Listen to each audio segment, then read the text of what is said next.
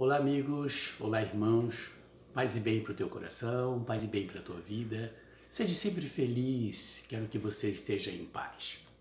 Eu quero falar com você de um tema interessante, maravilhoso para os dias de hoje. E na verdade, quero falar com você com todo o meu coração mesmo. E vamos falar o quê? Sobre a intercessão, não é? Vamos falar da intercessão dos santos por nós, né? Os santos por nós. Alguns acreditam, outros não acreditam, não tem problema. Só estamos assim tirando as dúvidas até mesmo daqueles que pedem a intercessão, mas não têm a certeza e não acreditam verdadeiramente, realmente não tomam posse disso.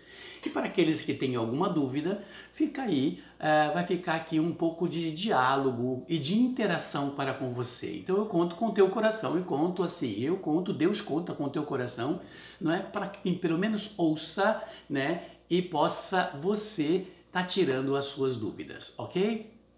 Sabemos que há só um mediador.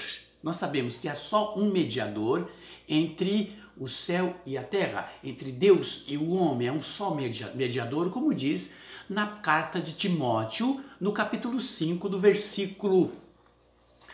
no capítulo 2, ou melhor, 2 Timóteo 2, versículo 5, que vem dizer assim: pois há um só Deus e um só mediador entre Deus e os homens, um homem, Jesus Cristo. Sabemos disso? Correto. Compreendemos, sabemos dessa realidade e dessa verdade. Isso não se discute, isso não se entra em pauta. Jesus é a única pessoa, Jesus é um Deus, Jesus é a plenitude, é o senhorio de todas as coisas. E sabemos que não há um outro Deus que possa fazer algo diferenciado para nós. Nós vemos também em João 14, nós vemos aqui, estou chegando aqui, tá? Em João 14, 14, versículo 6, vem dizer assim: disse-lhe Jesus, eu sou o caminho, a verdade e a vida. Ninguém vem ao Pai senão por mim. Ninguém vem ao Pai senão por mim. E sabemos que Jesus, ele deixa bem claro ainda nessa passagem, ele diz para Felipe, aquele que me vê o Pai. Não é? Se não crer no que eu faço, creia em mim pelo menos pelas obras que você me viu fazer. Então Jesus é a pessoa, Jesus é a cura. Não há outro que possa realizar uma cura, né, se não for Jesus, o Deus único e verdadeiro. Entende? Jesus é o Deus único e verdadeiro. Ele que propicia a graça da misericórdia para nós. É em Cristo que recebemos a graça da misericórdia e do seu amor. Somente em Jesus. Mas entenda que é muito interessante entender. Porque veja, às vezes nós entendemos também na igreja, né, principalmente na nossa igreja católica, algumas formas até errôneas de muitos cristãos católicos, né? Que, por exemplo, pede uma graça, né, e faz até uma interação com o seu santo, né? São José, São Francisco, Santa Teresinha, Santa Rita, São Benedito, Santo Expedito, entre outros, né? E até mesmo Nossa Senhora. A pessoa faz a sua interação e a sua promessa e faz um pedido, pedindo a intercessão, pedindo ajuda deste santo, tá? E de repente, dentro do processo de fé, esta pessoa consegue a graça. Consegue a graça. Né? O que acontece na sequência, que muitos irmãos nossos que não é da nossa denominação católica não entendem, é que muitos irmãos, até mesmo da nossa igreja católica, têm uma forma errônea, né? Não de fazer o pedido, mas posteriormente ao pedido ter uma atitude contrária, o que condiz a palavra. Né? O que eles fazem? Recebeu uma graça pela intercessão de Santa Rita, por exemplo. Santa Rita. O que faz? Recebeu aquela graça pela intercessão de Santa Rita, a pessoa vai dar o testemunho de Santa Rita me concedeu uma graça, Santa Rita me deu uma graça, Santa Rita fez a graça, eu consegui a cura através do santo, o santo tal me fez uma cura, Santa Rita me deu isso, Santa Teresinha me deu aquilo. Não. É preciso entender, irmãos, da nossa denominação católica, quem faz a graça é Deus. é Jesus. Santa Rita, ou santo da sua devoção, ele foi somente o interlocutor. Ele é o santo da nossa devoção, ele é o santo que traz para nós uma forma de vida, como é que viveu a fé. E por estar diante de Deus, que nós vamos ver na sequência, intercede por nós, pelo nosso pedido, que nós nos confiamos como nosso advogado diante de Jesus. Logo, a graça recebida vem de quem? Vem de Deus, de Jesus, através do santo que você, da sua devoção, seja Nossa Senhora, seja Santa Rita, São Pedro, São Paulo, Santo Antônio e etc, etc. Então a graça veio através do pedido daquele santo. Mas quem fez a graça foi o Senhor. Logo, todo o seu testemunho, os méritos, é dado a Jesus. Todos os méritos é dado a Deus. Ao Senhor é dado o mérito da graça, da cura e do milagre. O santo foi o interlocutor, ele foi o advogado, ele foi aquele que fez a ponte da sua oração até chegar ao coração do sagrado. Entende? E assim, nós vemos muitas vezes até uma forma diferenciada de muitos irmãos que entram na igreja e de repente na igreja, lá no fundo, lá no sacrário, está Cristo ali no sacrário, na Eucaristia, na hóstia consagrada, é o corpo vivo, é Jesus. Na nossa fé, nós cristãos católicos acreditamos nisso e não há como refutar essa verdade. Tá, mas muitos irmãos entram na igreja, visitam todos os santos, vão na imagem de São José, se ajoelha, vão na imagem de X, do Nossa Senhora, vão na imagem de São Benedito, vão na imagem de Santo Antônio, vão na imagem, e vão ali diante, se ajoelham e o último eles vão ao Senhor. E às vezes não, sem compreender, às vezes senta no banco, às vezes nem põe o joelho, aí senta. Veja, todo joelho se dobra diante de Jesus, diante do Senhor. Aos santos cabe a nós reverenciarmos. Nós reverenciamos aos santos como uma forma de respeito e fé. Ele representa alguém, os nossos santos. Ele representa alguém, por exemplo, São Bento, né? São Bento, a imagem de São Bento. O tema não é esse hoje, na próxima vai. Então, o que acontece? Representa alguém, esta imagem representa alguém, chamado São Bento, que por onde Deus agiu. Entende? Ele representa alguém que por onde Deus agiu. Você entende? E não pode ser mudado. Então ele continua sendo alguém que por onde Deus agiu. Logo, ele merece respeito e uma reverência diante daquele santo e agradecer ele pela intercessão diante de Jesus. Agradecer ao santo pela intercessão diante de Jesus. Então chegou na igreja, dobre o seu joelho diante do Senhor. Dobre o joelho diante do Senhor, converse com o Senhor, alegre o Senhor, louve o Senhor, não é? Entregue sua vida e seu coração, etc. diante do Senhor. Depois vai reverenciar os seus santos de devoção contido ali na igreja por algumas imagens. Você entende? Então eu quero que os nossos irmãos católicos e até os evangélicos passe a compreender que muitas vezes nós somos criticados, somos muitas vezes pisoteados por aqueles que não compreendem e muitas vezes abandonaram a fé, abandonaram a igreja antes de se entender, antes de perguntar, antes de se inteirar, abandonaram a fé. Abandonaram a igreja e acham hoje do outro lado, por não compreender, e digo isto, porque muitos irmãos evangélicos e muitos irmãos lideranças evangélicas compreendem esse fato, compreendem, respeitam, e já dialoguei com muitos deles, né, sobre esse fato. Agora, muitos daqueles que abandonam a fé, que vão, se acham depois o direito de ir lá e fazer críticas errôneas. Não é por aí, não funciona assim. Deus é misericórdia, Deus é amor, Deus é compatibilidade, Deus é condescendência, Deus é amizade, não é? Deus é entendimento, compreensão, respeito, diálogo. Deus é tudo isso, né? Não convém brigas, discussões, isso não leva a nada. entrar numa igreja, depedrar ela, quebrar a imagem, fazer isso, ou o católico criticando o evangélico criticando o católico, isso aí não leva a nada. Eu até costumo dizer, um padre que falava muito tempo atrás, que muitos católicos que criticam evangélicos vão um dia chegar no céu e vão encontrar lá os nossos evangélicos, irmãos evangélicos, pode estar lá na porta esperando de paletó, gravata e com a Bíblia embaixo do braço. Pode estar lá te esperando, de tanto receber crítica, não é? De tanto irmãos evangélicos receber crítica de irmãos católicos. E assim também vice-versa. Muitos irmãos evangélicos que criticam irmãos católicos, pode chegar lá no dia na porta, encontrar irmão católico com piercing aqui, ok, só na figuração para que você possa ser recebido por ele. Entende? Então pare de críticas, não é. O que importa é o amor. O que importa é as ações, o que importa é o sentimento e como é que você viveu sua vida de cristão aqui como cidadão terreno ainda.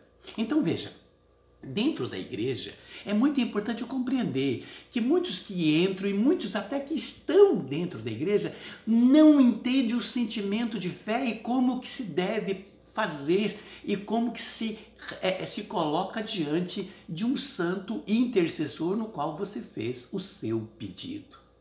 O qual você fez. Então ele foi a ponte, ele foi a intercessão, advogou a sua causa. Advogou a sua causa. Como mostrei em São Bento, tenho fé, não é? Na oração de São Bento e a vida de São Bento, e São Bento foi alguém que por onde Deus agiu. Quer compreender? Vai ler e ver quem foi este homem que qual essa imagem aqui representa, que é só um gesso, não é? Até outro material aqui, né? Mas veja, é só um gesso, mas é alguém que representa alguém que por onde Deus agiu. E o que Deus fez através de São Bento, muitos hoje não chega a 10%. E São Bento ganhou essa vida de santidade por ter vivido o que ele viveu, a forma como ele viveu, o jeito que ele se entregou e se colocou diante do Senhor. Você compreende? Então veja bem, é muito importante entender, né, que foi por um humano, mesmo Jesus sendo a graça suprema, ele é o que precisamos, remédio para todos os males, sendo ele o Cristo o Senhor, ele, para vir a nós, veja, ele arrumou uma forma humana para chegar até nós. Ele foi através de uma mulher humana, carnal, que ele se fez carne e se colocou no meio de nós. E logo ela foi mediadora da graça. Logo ela foi portadora da graça suprema, Jesus, o qual você se reverencia. Ela foi portadora da graça e por 9 meses levou a graça como sacrário vivo no seu ventre. Ela viveu com o Senhor no seu ventre, uma só pessoa, vivendo com o Senhor, alimentando o Senhor com as suas palavras que saíram dos seus lábios, as orações. Jesus, o Espírito Santo que envolveu ela, como você viu em Lucas 1, né? Você vai entender que ela é envolvida pelo Espírito, ali ela orava no Espírito, o Espírito ali envolvendo ela, e ela teve todo esse processo depois, até chegando aos seus 30 anos, porque a vida de missão de Jesus começou aos 30 anos, né? Que seja de entre 29 e 30 anos, mas logo foi 3 anos de missão, de processo, de trabalho de missão que Jesus fez em todo esse processo de trabalho dele. Mas até lá teve uma vivência, existe o Cristo histórico, o Cristo da história, aquele menino, aquela criança que cresceu nos braços dela, que educou, que caminhou com ela, sabe? Então veja, ele precisou de ter uma travessia humana para chegar até nós. Esse que é o autor da graça, o autor da graça precisou dessa intervenção humana para chegar até nós. É claro, como eu disse para você hoje, essa questão dos erros, né? Então nós começamos a ver ainda na Terra a questão da intercessão, e nunca se viu um santo, e vamos falar então de Nossa Senhora, Maria, Mãe de Deus, ela nunca quis os méritos para ela. Não existe colocar os méritos. Maria me fez uma cura. Maria não faz cura. Maria é a mãe da cura. Ela leva você à cura. Ela intercede por você diante da cura que é Jesus. Logo, ela é a mãe da graça. Ela é a mãe de Deus. Jesus é Deus. Logo, ela tem essa intimidade de poder falar com o Filho por você, por mim, por nós. Vamos entender isso na sequência e vou estar falando sobre isso. Então veja, começa na terra como nas bodas de Caná. O que aconteceu naquela festa de casamento, meu querido e minha querida? O que aconteceu? Acabou o vinho, quer dizer, acabou a bebida. As pessoas iam comer as coisas no seco, com água. Precisava, e o vinho era a bebida da época, era a bebida onde as pessoas se alegravam, né? Se alegravam. Você vê mesmo Paulo dizer para Tito nas cartas que era bom que Tito bebesse um pouco de vinho para melhorar o seu estômago, para melhorar a sua autoestima. Nós vemos nas passagens, o tema não é esse, mas se quiser nós vamos falar nisso nos próximos vídeos também. Então veja, o vinho era uma bebida ali, como muitos têm hoje, né, em suas casas, quando faz seu suco, como faz, etc. Tá? Então veja, ali acabou a bebida, acabou o vinho naquela festa de casamento. E era festa, né? Muita festa. E o que aconteceu naquele momento? Acabando a festa, acabando aquele momento de festa, de alegria, eu me lembro que meu pai, quando minha irmã casou, né? Minha mãe com as vizinhas dela, com as amigas, eu era menino ainda, minha mãe fez panelas, eu me lembro, muitos anos atrás, panelas de doce de abóbora, pão de casa, fornadas de pão de casa. Meu pai matou porco, e ali o pessoal comia doce, muito pão, muito doce com pão, passado no pão, né? Carne, comida, macarronada, e a festa ia, e muito suco, né? Muito suco, muita tobaína na época, aquele suco de saquinho que fazia, aqueles carteirão enorme de suco de saquinho e muita tobaína. Era limonada e etc. Então, porque a bebida ajuda. E o vinho da época, nas bodas de Caná, era bebida. E acabou a bebida. Quando acabou a bebida, que era o vinho, a bebida clássica da época do casamento, aqueles discípulos fizeram o quê? Aqueles discípulos foram a ela, sabiam que ela estava ali, era muito conhecida, né? E chegaram a ela e disse que tinha acabado o vinho, né? Acabou o vinho. E ali, tal, e ela, o que ela fez? Então, o que ela fez? Ela mandou que eles fossem ao filho dela, porque ela sabia que ele estava ali, ele também foi convidado para a festa. E ela disse, vá a ele. Olha o que ela fala, vá a ele. Ela direcionou os discípulos a ele. O que ele disse? Mulher, ainda não chegou minha hora. Né? Minha hora ainda não chegou, ele disse para ela. Mas ela, a mãe, conhece o filho, sabia quem era o filho. A ela foi revelado quem era o filho. A ela foi revelado quem era ele. Sabia que ele era a própria hora, que a hora estava ali diante dela. E ela mandou os serventes da festa, os empregados, os mordomos, vamos dizer assim, que estavam trabalhando na festa, ir a ele. E eles chegaram nele, ele disse para eles, a minha mulher, ele redirigiu a ela, já que ele viu que ela mandou eles a ela, ele disse para eles, minha mulher, a minha hora ainda não chegou. Mas ela sabia que era a hora dele. Imagina o diálogo, claro que chegou sua hora, filho, né? Imagina o diálogo, o que acontece ali? Jesus manda eles encher as talhas de água. E os discípulos vão encher as talhas de água. Vão encher. E eles andam, porque os poços na época não podiam ser muito perto das casas. Já existia uma sabedoria, porque também tinha as latrinas, onde as pessoas faziam as suas necessidades fisiológicas, né?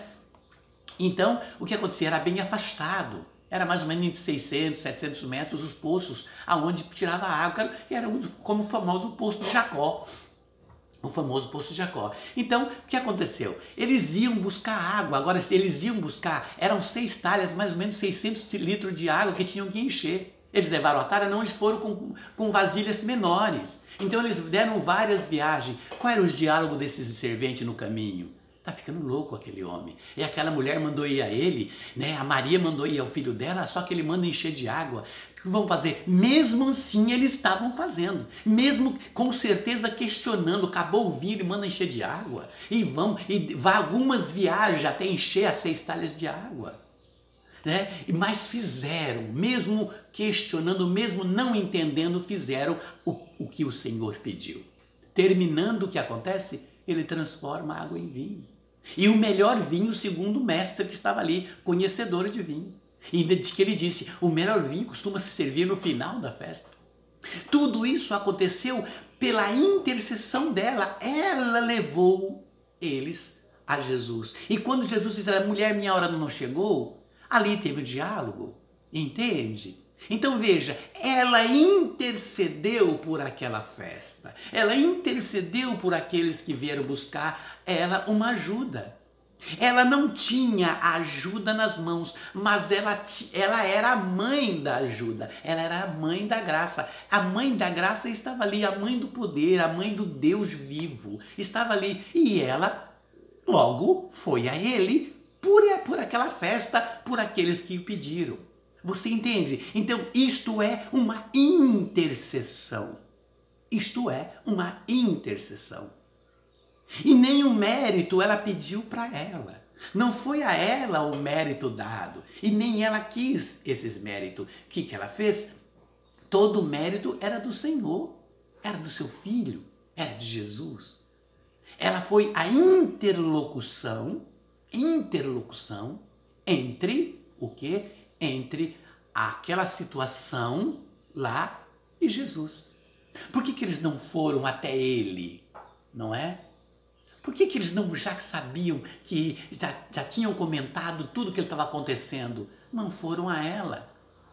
Porque ela tinha um ótimo relacionamento, ela tinha uma ótima interação junto àqueles discípulos, junto àqueles apóstolos, junto àquele povo que estava ali. Ela tinha uma amizade e uma interação com eles. Ela vivia já com eles uma forma de interação, né? Maria mostra que quem merece os méritos é o Senhor. Por isso ela diz, minha alma glorifica o Senhor, meu espírito exulta de alegria em Deus meu Salvador, porque olhou para a sua pobre serva. Desde agora me proclamarão bem-aventurada entre todas as gerações. Você compreende? Então ela já começa a mostrar esta realidade, esta verdade. Agora vejamos, não só na terra, né?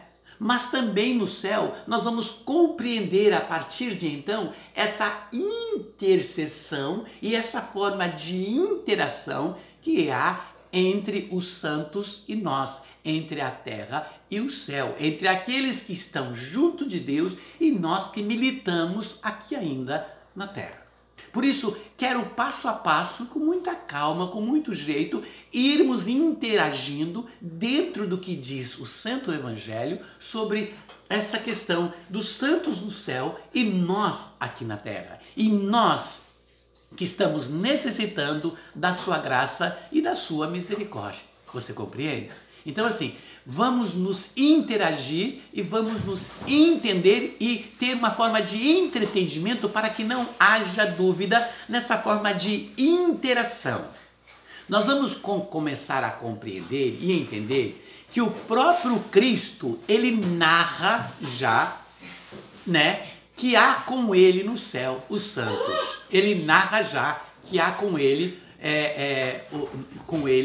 no céu santos. Como vamos ver na sequência aí, nós podemos já ir tirando essas dúvidas, né? Quando a gente pode ver que o próprio Cristo já disse para Dimas que ele perdoou na cruz e que pediu a ele que lembrasse dele quando estivesse no reino dele.